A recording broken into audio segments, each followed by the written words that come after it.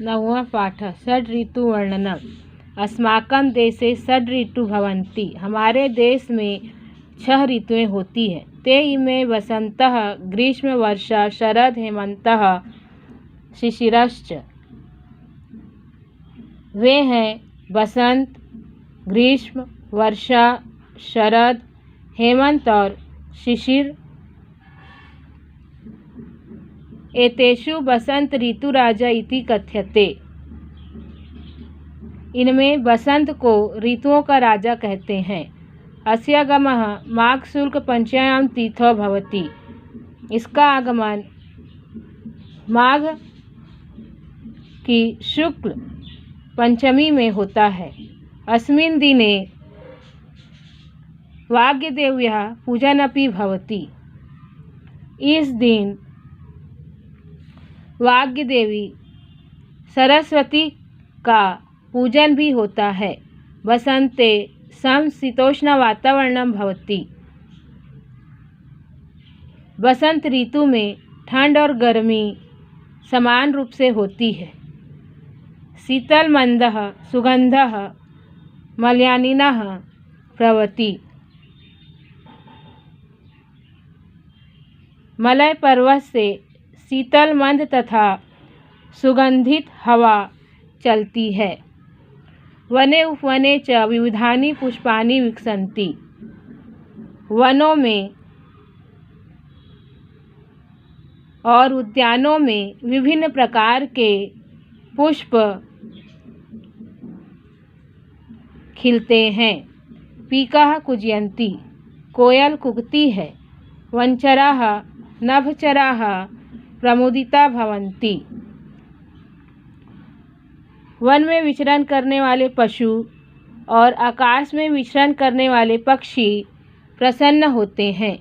वृक्षाः नवपल्लवानि धारयन्ति। वृक्ष नए पत्तों को धारण करते हैं। आम वृक्षः मंजराभिः अतीव शोभन्ते।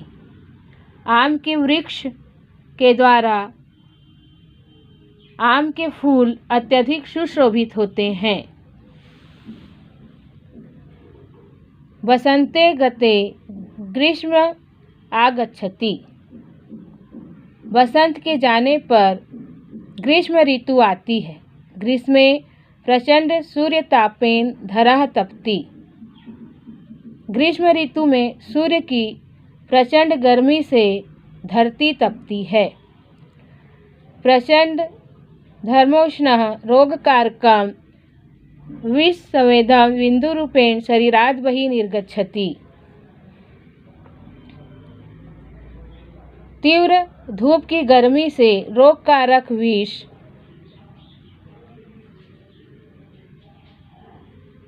पसीने की बूंदों के रूप में शरीर से बाहर निकलते हैं। हरित वर्ण आम्रफल पक्वा पितायते।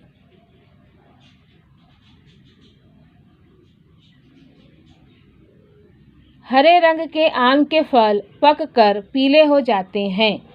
तानि पक्वानि आम्रफलानि अति मधुरानि भवन्ति। वे पके हुए फल अत्यंत मधुर होते हैं। ग्रीष्म ऋतौ व्यतीते सति प्रचंड समीरः प्रवहति। ग्रीष्म ऋतु व्यतीत होने पर तेज हवाएं चलती हैं। सह एव वर्षा ऋतु आगमन सूचयति। वह वर्षा ऋतु के आगमन को सूचित करती है। वर्षा ऋतु जल्दः स्वजलादभिः पृथ्वी पूरयति। वर्षा ऋतु में बादल अपनी जलधाराओं से पृथ्वी को परिपूर्ण करती है। कृषकाः कृषिभूमि हलेन कर्षयन्ति बीजं वपन्ति च। किसान कृषि योग्य भूमि को हल से जोतकर बीज बोते हैं। अतिवृष्ट्या नद्यः जलेन परिपूर्णा भवन्ति। अधिक वर्षा से नदियाँ जल से परिपूर्ण होती हैं।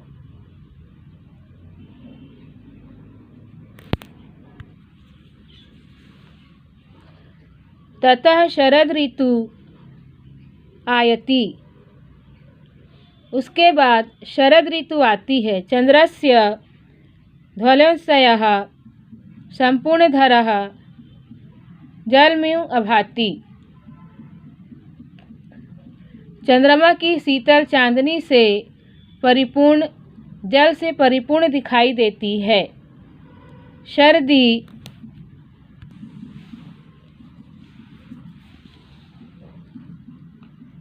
संपूर्ण भारतीयः उत्सवेषु निमग्ना प्रतीयते। शरद ऋतु में संपूर्ण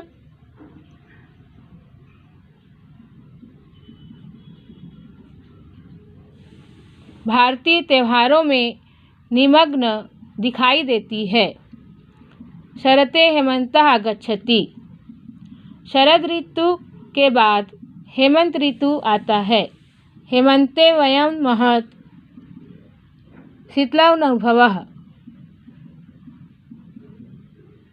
शरद हेमंत ऋतु में हम बहुत ठंड का अनुभव करते हैं। जनाः ऊर्णवस्त्राणि धारयन्ति। लोग ऊन के वस्त्रों को धारण करते हैं। दिवसः लघु निशा च दीर्घाया भवति। दिन छोटा और रात बड़ी होती है। अस्मिन् काले तण्डुलयुक्तः शाल्यः कनकप्रभा इव दृश्यते। इस समय धान चावलों से युक्त होकर